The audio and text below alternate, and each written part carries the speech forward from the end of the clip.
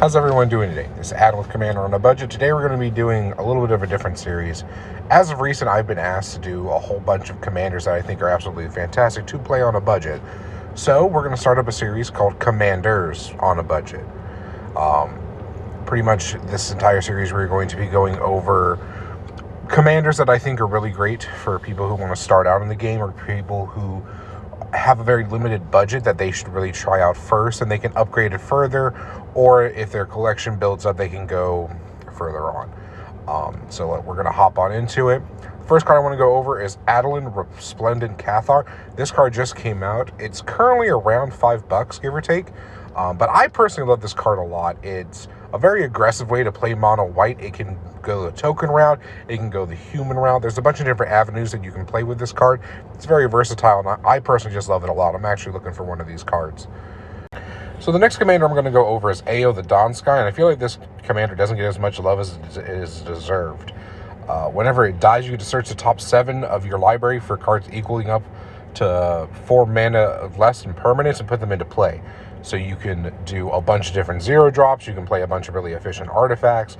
I think this card should see a whole lot more play. And then the second effect, you get to put 2+1/+1 counters on creatures or vehicles. So you can make it an artifact-based deck. You can make it a creature deck. You can make it a vehicle deck. There's a bunch of different ways you can do this deck, and I think it's real great. The next 2 commanders I'm going to go over kind of coincide with each other, and they both have really strong synergies with one another. It's Lightpaul's Emperor's Voice and SRAM's Senior Edificer.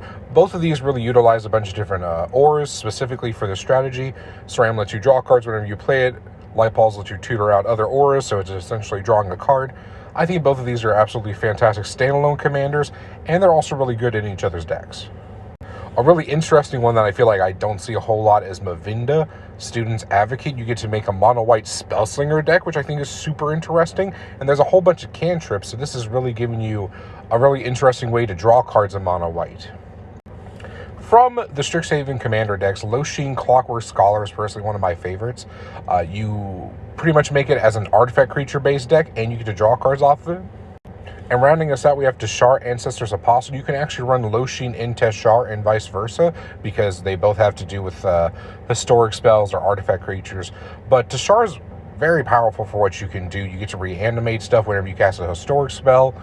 There's actually CDH versions of Teshar and budget CDH versions that you can take Teshar. So those are the mono-white commanders that I would personally recommend people if they want to play mono white on a budget, just right out of the gate as of right now. Let me know what y'all think. Let me know what y'all want to see next. Let me know if you like this series and what color you want to see next. I'm going to try and go in Wooburg order.